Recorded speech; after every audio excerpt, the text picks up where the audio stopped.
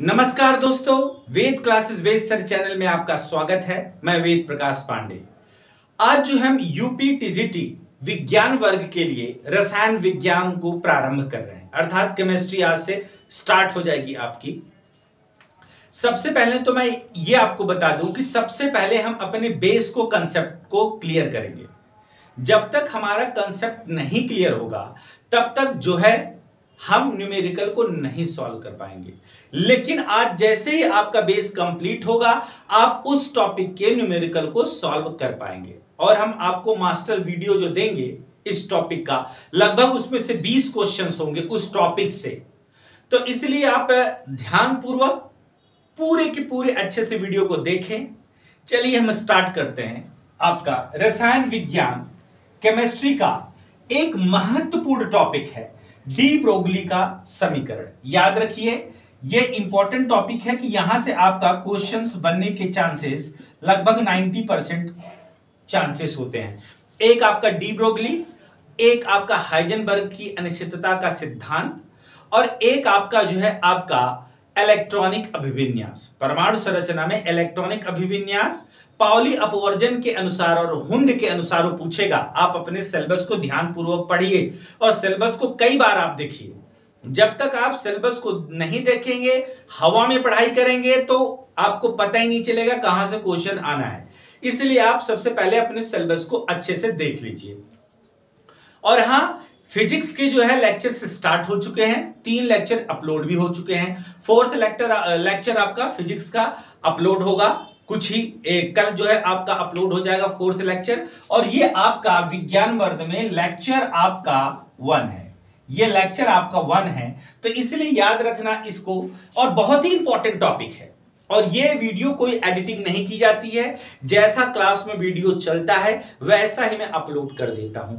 ये सारी वीडियो आप लोगों के लिए फ्री है, ठीक है। आप पढ़िए और आपकी सफलता ही मेरी सफलता है। मेरी ऊंचाई आपकी सफलता पर ही है। मेरी सफलता आप पर निर्भर करती है। इसलिए कम से कम अगर आप जो है यूपी टीजीटी की तैयारी कर रहे हैं तो 8 से 10 घंटा अगर आप नहीं पढ़ रहे हैं तो आप नहीं पढ़ रहे हैं। याद रखिए, क्योंकि कंपटीशन होने वाला बहुत ही टाइट। चलिए अब हम स्टार्ट करते हैं डी ब्रोगली का समीकरण। और आज डी ब्रोगली को समझने के बाद आपको कहीं भी कोई भी चीज पढ़ने की जरूरत नहीं होगी। डी ब्रोगली की आपका कंसेप्ट बहुत ही अच्छे से क्लियर हो जाएगा। चलिए अब देखते हैं, स्टार्ट करते हैं डी ब्रोगली का समीकरण। तो बेसिक टर्म्स में देखिए, डी ब्रोगली का समीकरण।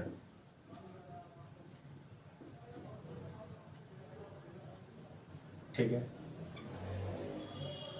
Equation of de Broglie. याद रखिए, इक्वेशन ऑफ डी ब्रोगली,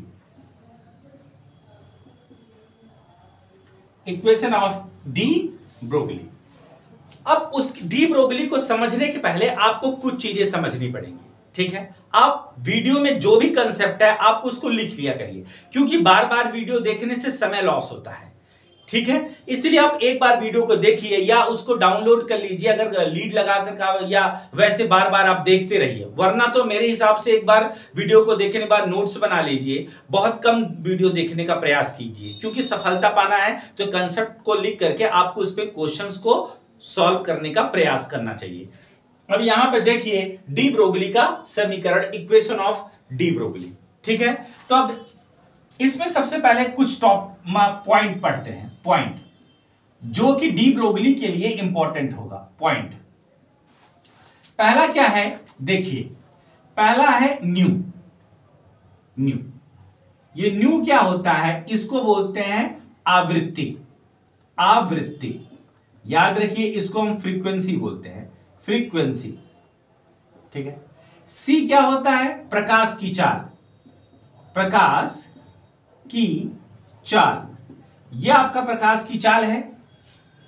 और उसके बाद आपका होता है लेम्डा। याद रखिए लेम्डा, इसको हम बोलते हैं तरंग दैर्घ्य। तरंग दैर्घ्य। अब जैसे कोई भी है, ये देखो आधा चक्कर हो गया, ये हाफ साइकिल हो गया, और ये आपका हाफ साइकिल हो गया, ये हाफ साइकिल, ये हाफ साइकिल, अर्ध चक्र ये हो गया, अर्ध चक्र ये हो गया। यहां से यहां तक ये आधा चक्कर हुआ, तो यहां से यहां की बीच की जो दूरी होगी इसे हम बोलेंगे लेमडा। यही लेमडा, लेमडा क्या? तरंग दैर्घ्य, वेव लेंथ, वेव को तरंग, दैर्घ्य को लेंथ। इसका मतलब तरंग की जो दूरी होती है उसे ही हम आपका तरंग दैर्घ्य बोलते हैं। दैर्घ्य मतलब दूरी, मतलब जहां से जहां तक वह जाता है। ये आधा चक्कर, ये आधा चक्कर, अर्थात यहां से यहां तक गया तो एक पथ हुआ, उसको लेमडा से प्रदर्शित करते हैं, वह क्या है? तरंग दैर्घ्य है आपका। तो बेसिक फंडे के साथ आप समझिए। अब इनमें संबंध क्या होता है देखिए, ठीक है? इनमें जो संबंध होता है आप इसको याद कर लीजिए, समय नहीं खराब करते हुए आप इसको याद करिए। न्यू बराबर होता है सी अपॉन लेमडा, याद रखिए। न्यू बराबर क्या होता है? C upon lambda. न्यू क्या है? यहां पर देखिए, न्यू आपकी आवृत्ति है, सी क्या है? यहां पर प्रकाश की चाल है, लेमडा क्या है? तरंग दैर्घ्य। ये बेसिक कंसेप्ट, अभी हमने डी ब्रोगली स्टार्ट नहीं किया है। डी ब्रोगली को समझने के लिए सबसे पहले रंगमंच का होना बहुत ही जरूरी है। जब आपका रंगमंच क्लियर हो जाएगा, रंगमंच जो बनता है, किसी की पृष्ठभूमि जो बनती है, वो देखिए। न्यू क्या है? आवृत्ति है, सी क्या है? प्रकाश की चाल है, लेमडा क्या है? तरंग दैर्घ्य। इनमें संबंध क्या होता है? संबंध न्यू इज इक्वल टू होता है सी अपॉन लेमडा, मतलब nu is equal to c upon lambda. तो याद रखिए, nu is equal to c upon lambda. अब आगे चलते हैं, न्यू होता क्या है? देखो आवृत्ति क्या है, देखिए आवृत्ति न्यू। अब देखो आवृत्ति होती क्या है, समझो। घड़ी देखो, वॉच, घड़ी देखो आप, घड़ी देखने के बाद एक सेकंड में कितने चक्कर मारा, देखो एक चक्कर मारा, दो चक्कर मारा, तीन चक्कर मारा, चार चक्कर मारा, मतलब चक्रों की संख्या, number of cycle. Number of cycle को हम क्या बोलते हैं? आपका आवृत्ति बोलते हैं। नंबर ऑफ साइकिल को क्या बोलते हैं हम? आवृत्ति। नंबर ऑफ साइकिल मतलब चक्रों की संख्या। अगर कम समय में ज्यादा चक्कर मारा तो आवृत्ति ज्यादा हो गई, अगर ज्यादा समय कम चक्कर मारा तो आवृत्ति कम हो गई। मतलब नंबर ऑफ साइकिल अर्थात चक्रों की संख्या को ही हम आवृत्ति बोलते हैं। बेसिक फंडे के साथ अभी आप देखेंगे कि डी ब्रोगली बिल्कुल ही आसान आपको लगेगा। आवृत्ति न्यू है, न्यू क्या कहलाएगी भाई साहब? चक्रों की संख्या, चक्रों की संख्या, प्रति सेकंड चक्रों की संख्या क्या कहलाती है? आवृत्ति कहलाती है। अब देखो, अब दिमाग लगाओ, एनर्जी और आवृत्ति। अब यहां देखिए, एनर्जी और आवृत्ति दोनों को देखिए, ये एनर्जी है, ई क्या? एनर्जी, न्यू क्या? आवृत्ति। अब बताइए, अगर ऊर्जा ज्यादा होगा तो आप ज्यादा चक्कर मारेंगे कि कम? बेस समझिए, अगर ऊर्जा ज्यादा होगी तो आप ज्यादा चक्कर मारेंगे, अर्थात कि ऊर्जा अधिक तो चक्कर अधिक, जब चक्कर अधिक तो आवृत्ति भी अधिक। ये एक दूसरे के क्या होंगे? प्रोपोर्शनल होंगे। मतलब ये ऊर्जा ई है, वो आवृत्ति के क्या होगा? अनुक्रमानुपाती होगा। इसका मतलब ई इज इक्वल क्या होगा? एच न्यू होगा। जहां एच क्या कहलाता है? जहां एच आपका कहलाता है प्लांक नियतांक, प्लांक नियतांक, ठीक है। जहां पर आपका एच क्या है? देखिए एच प्लैंक नियतांक है, इसे ही हम आपका फोटोन बोलते हैं। याद रखिए, इसे ही हम आपको क्या बोलते हैं? फोटोन बोलते हैं। जो ये एच न्यू है इसे ही हम फोटोन बोलते हैं, या इसी को हम क्वांटा बोलते हैं। ये बेसिक टर्म्स के साथ आप चलिए। और यहां पर एच क्या है? प्लांक नियतांक है। इसका मान होता है, एच का मान होता है 6.6 इंटू 10 की पावर माइनस 34 जूल सेकेंड। याद रखिए, यह मात्रक देखते रहिए, जूल सेकंड। प्लैंक का जो मात्रक होता है वो जूल सेकंड होता है या अर्ग सेकंड होता है। जूल सेकंड, जूल याद रखिए, जूल एसआई मात्रक है, जूल, और सीजीएस में क्या होगा? जूल का क्या होगा? अर्ग हो जाएगा, अर्ग सेकंड या जूल सेकंड। अर्ग सेकंड होगा तो -34 होगा, -34 होगा। ये बेसिक टर्म्स को देखते हुए चलिए आप, ठीक है। तो आगे हम जो चलते हैं, बेसिक समझिए। अब एक क्वेश्चन में आपको डाउट में कहां डालेगा?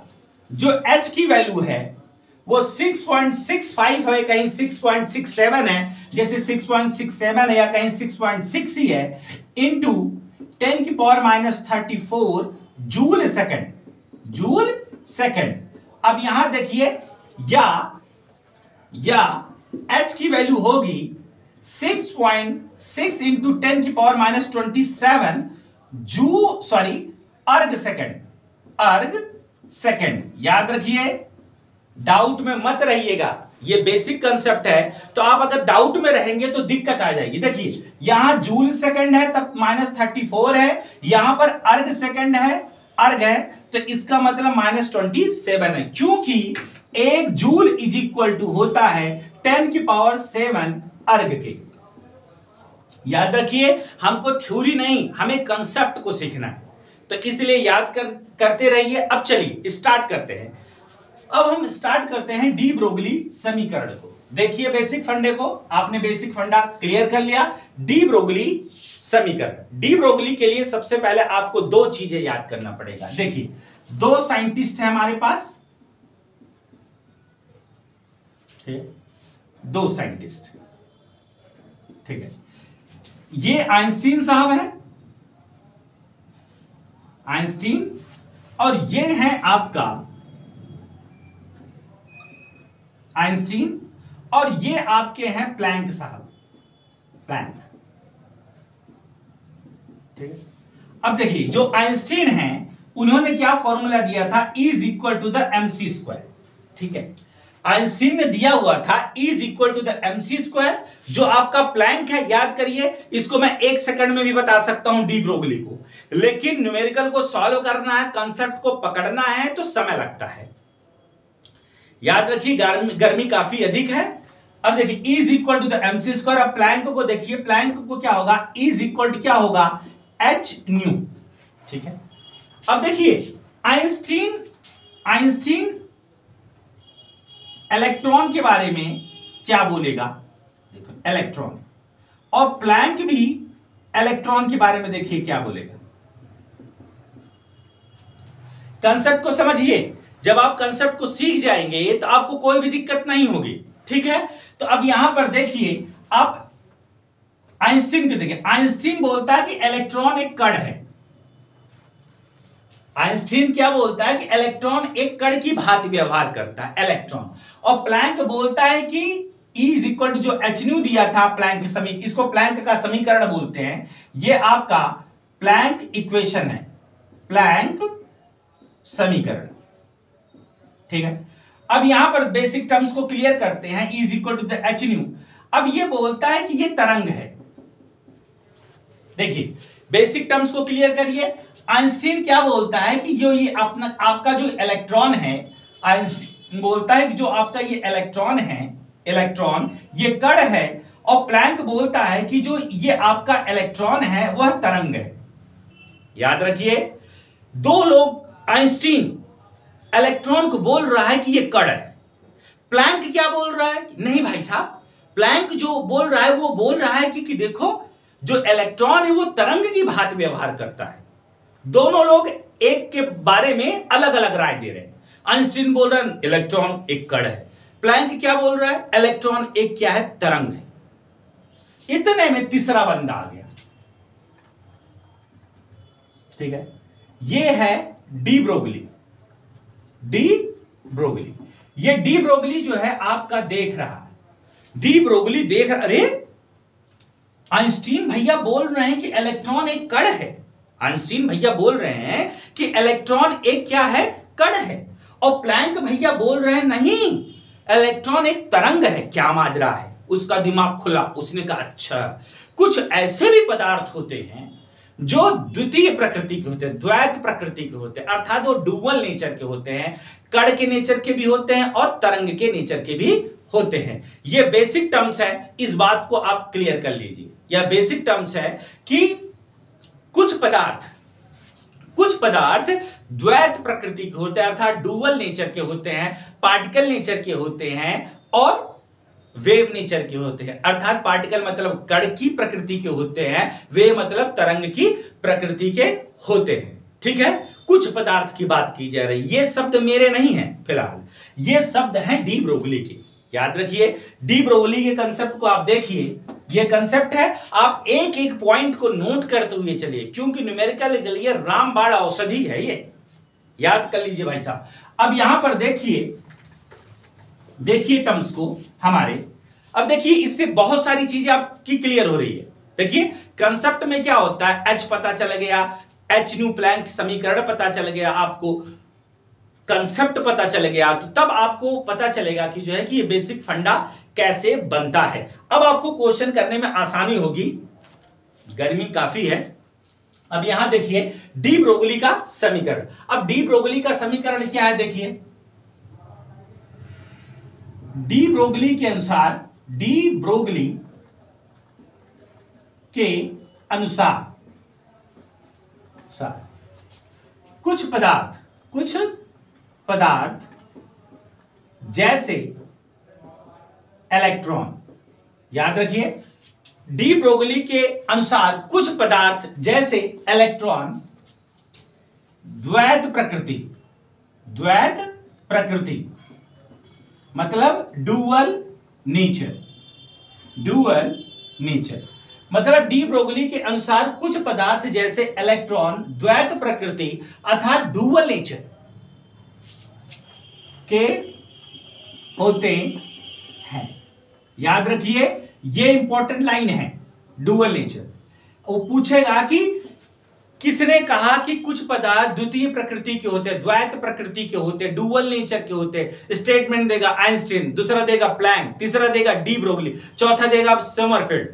तो याद रखिए यह किसने शब्द कहा था कि इलेक्ट्रॉन जो है मतलब कुछ पदार्थ द्वैत प्रकृति के होते हैं, पार्टिकल नेचर के भी और वेव नेचर के भी, मतलब कण की भी प्रकृति के और तरंग की प्रकृति के। वो कौन है भाई साहब, डी ब्रोगली है। वो कौन है, डी ब्रोगली है। आप इस बेसिक कंसेप्ट को पढ़ते हुए चलिए अब आगे बढ़ते हैं और कंसेप्ट को डीप करते हैं, ठीक है।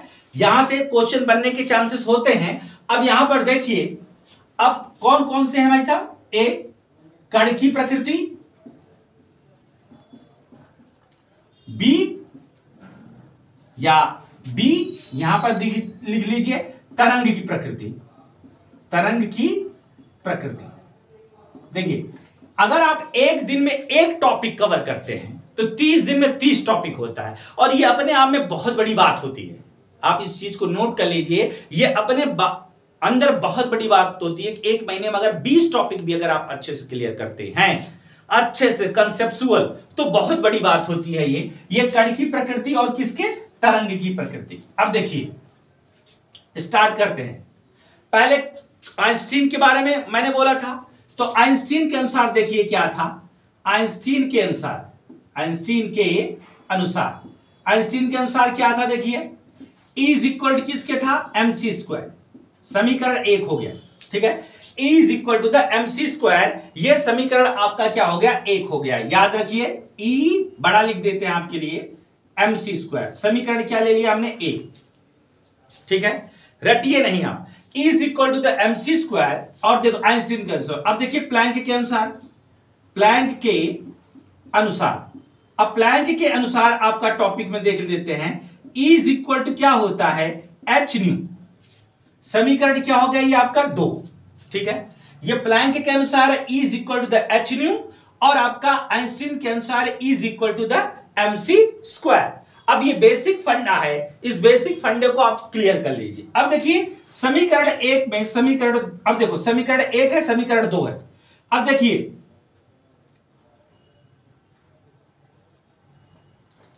हस्बैंड है, ये हस्बैंड मतलब पति है, ये पति है, और ये वाइफ है, और ये भी पति है, और ये गर्लफ्रेंड है। तो देखो पति तो wife is equal to girlfriend, मतलब अगर ई बराबर है, अगर ई बराबर है, देखिए बेसिक टर्म्स को, अगर ये बराबर तो ये बराबर होगा समीकरण 1 तथा 2 की तुलना करने पर। याद रखिए समीकरण 1 तथा समीकरण 2 की तुलना करने पर हमें क्या करना है कि समीकरण 1 तथा समीकरण 2 की क्या करना है, तुलना करना है। जब यहां पे देखिए आप तुलना करेंगे तो क्या हो जाएगा, देखिए एच न्यू बराबर किसके होगा, देखिए एच न्यू बराबर किसके होगा, एमसी स्क्वायर के, बेसिक टर्म्स। अब देखिए एच न्यू, ये जो एच न्यू है, ये जो एच न्यू है किसके बराबर होगा, एमसी स्क्वायर के होगा, ठीक है। तो अब देखिए चूंकि न्यू बराबर किसको होता है, सी अपॉन लेमडा के। वीडियो दिखाई दे रहा है कि नहीं दिखाई दे रहा है, आप देखिए यहां पर बेसिक टर्म्स को, हाँ दिखाई दे रहा है। अब यहां देखिए कि न्यू इज इक्वल टू किसको होगा, न्यू बराबर क्या होता है, सी अपॉन लेमडा क्या होगा। एक्चुअली इस समय क्लास बिल्कुल शांत है, रात को वीडियो को बना रहा हूं, ये रात का समय है, रात को मैं वीडियो को बना रहा हूं, तो मैं अकेला ही, इसीलिए मुझे सब देखना पड़ रहा है। अब न्यू इज इक्वल टू क्या होगा, सी अपॉन क्या है, लेमडा। कि पूरा बोर्ड आ रहा है कि नहीं आ रहा है, nu is equal to c upon किसके, लेमडा। अब रखिए यहां पे न्यू की जगह पे सी अपॉन लेमडा रखिए, न्यू की जगह पे सी अपॉन लेमडा रखिए यहां पर।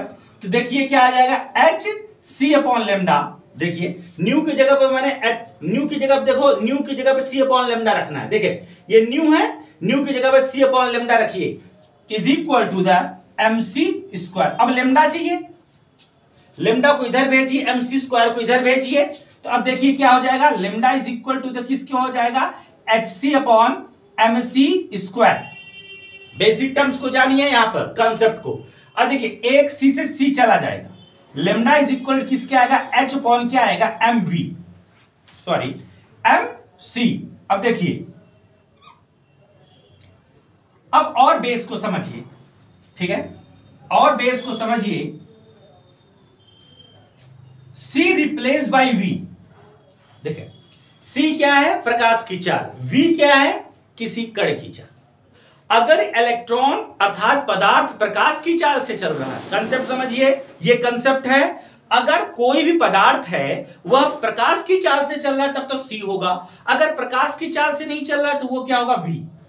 कई लोग हैं ये बात समझते नहीं है कि सी रिप्लेस बाय वी मतलब सी की जगह पे वी रखने पर, सी की जगह पे जब आप वी रखोगे, क्यों रखोगे भाई, अर्थात कि जब जो हमारा पदार्थ है वो प्रकाश की चाल से चल रहा है तब तो आप सी रखोगे, अगर वो प्रकाश की चाल से नहीं चल रहा है तब आप उसको वी रखोगे। अब याद रखिए, अतः क्या हो जाएगा, लेमडा बराबर क्या होगा, h upon m v, h upon m v. अब बेसिक टर्म्स को देखते हुए चलिए, अब lambda is equal to the h upon m v के हो गया। अब हम आगे बढ़ते हैं, अब वी देखिए, क्योंकि न्यूमेरिकल जब इससे बनेगा ना तो घूमोगे, इसलिए अभी घूम लो थोड़ा सा, ठीक है। अब संवेग, रेखीय संवेग, अब देखिए रेखीय संवेग, रेखीय संवेग, रेखीय संवेग P बराबर किसको होता है, m इंटू वी के। देखिए संवेग को समझिए, इसमें क्या है, द्रव्यमान है, इसमें देखिए क्या है, द्रव्यमान, और इसमें वेग है, संवेग तेरे संग यारा। देखिए ये द्रव्यमान है, इसमें भाई द्रव्यमान होगा ही, और इसमें क्या है, वेग, इसे हम क्या बोलते हैं, संवेग। अर्थात द्रव्यमान, संवेग बराबर क्या होगा, द्रव्यमान गुणे वेग। संवेग, रेखीय संवेग P बराबर द्रव्यमान गुणे क्या, वेग। इसका मतलब mv की जगह पे क्या रख सकते हैं, P रख सकते हैं। द्रव्यमान गुणे वेग है, द्रव्यमान गुणे वेग की जगह पे क्या रख सकते हैं, P रख सकते हैं। तो इसका मतलब क्या होगा, अतः लेमडा इज इक्वल टू किसको होगा, एच अपॉन एमवी, एमवी की जगह पे क्या रख सकते हैं, एच अपॉन पी। ये देखिए, ठीक है। तो अब यहां पे देखिए, इसी समीकरण को हम डी ब्रोगली समीकरण कहते हैं। इंपॉर्टेंट समीकरण है ये, डी ब्रोगली समीकरण, याद रखिए कंसेप्ट को। इसी समीकरण को lambda is equal to the h upon mv या lambda is equal to the h upon p, याद रखिए, lambda is equal to the h upon mv या lambda is equal h upon p, इसे हम क्या बोलते हैं, डी ब्रोगली समीकरण बोलते हैं। याद रखिए, सबसे बड़ी रिक्वेस्ट आपसे यही है कि आप अभी वीडियो देखिए, ये नहीं पेपर के समय आप वीडियो देख रहे हैं तो कौन सी तैयारी करेंगे भाई साहब, ठीक है। उस समय तो खाना पूर्ति होती है, वीडियो देख लिया, तुक्का भिड़ा तो बढ़िया है, नहीं भिड़ा तो बहुत ही बढ़िया है। तो इसलिए याद रखिए, कभी वीडियो को देखिए और उसको क्वेश्चंस को पुटअप करिए, क्वेश्चन को आप बनाइए। ये हमारा बेसिक कंसेप्ट है, इस बेसिक कंसेप्ट को आपको क्या करना है, देख लेना है, ठीक है। तो अब आगे थोड़ा सा बढ़ते हैं। जब से तेरे नैना तेरे नैनों से लागे रे। अब यहां पर देखिए बेसिक टर्म्स को देखिए, मौज लीजिए भाई साहब, क्यों टेंशन ले रहे हो यार, बेफिक्र रहो, जम के पढ़ाई करो, डट के पढ़ाई करो भाई साहब, डट के, ठीक है। अब यहां पर देखिए, अब हम क्या करते हैं आगे, देखो लेमडा इज इक्वल टू क्या हुआ, H upon mv is equal to the H upon P। इसी समीकरण को हम डी ब्रोगली का समीकरण कहते हैं। अब महत्वपूर्ण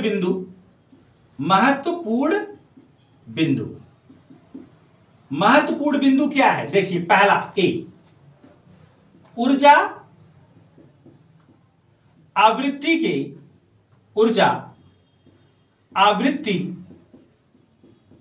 के अनुक्रमानुपाती होता है।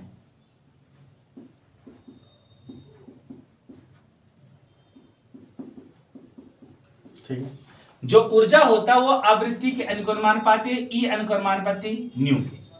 दूसरा कंसेप्ट देखिए, अब यहां पर जो आपकी न्यू आवृत्ति मतलब फ्रीक्वेंसी, आवृत्ति मतलब फ्रीक्वेंसी, एनर्जी, आवृत्ति को क्या बोलते हैं हम, फ्रीक्वेंसी, ठीक है। आवृत्ति मतलब फ्रीक्वेंसी, तरंग दैर्घ्य के व्युत्क्रमानुपाती होता है,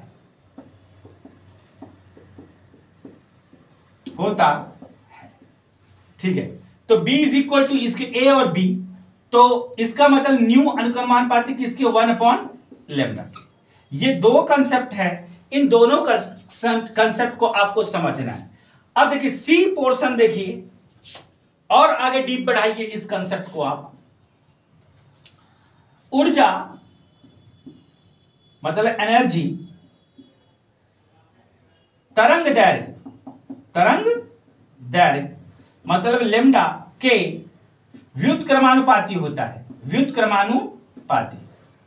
व्युत्क्रमानुपाती का मतलब क्या होता है कि उल्टा, आप किसी को बोलो हम तुमसे बेइंतहा प्यार करते हो, वो बोले हम तुमसे बेइंतहा नफरत करते हैं, व्युत्क्रमानुपाती उल्टा। अब यहां पर देखो, इसका मतलब न्यू व्युत्क्रमानुपाती 1 किसके, लेमडा की। ये बेसिक कंसेप्ट है, इन पॉइंट्स को आप क्या करिए, नोट करिए। ये पॉइंट्स आपको क्वेश्चन को सॉल्व करने में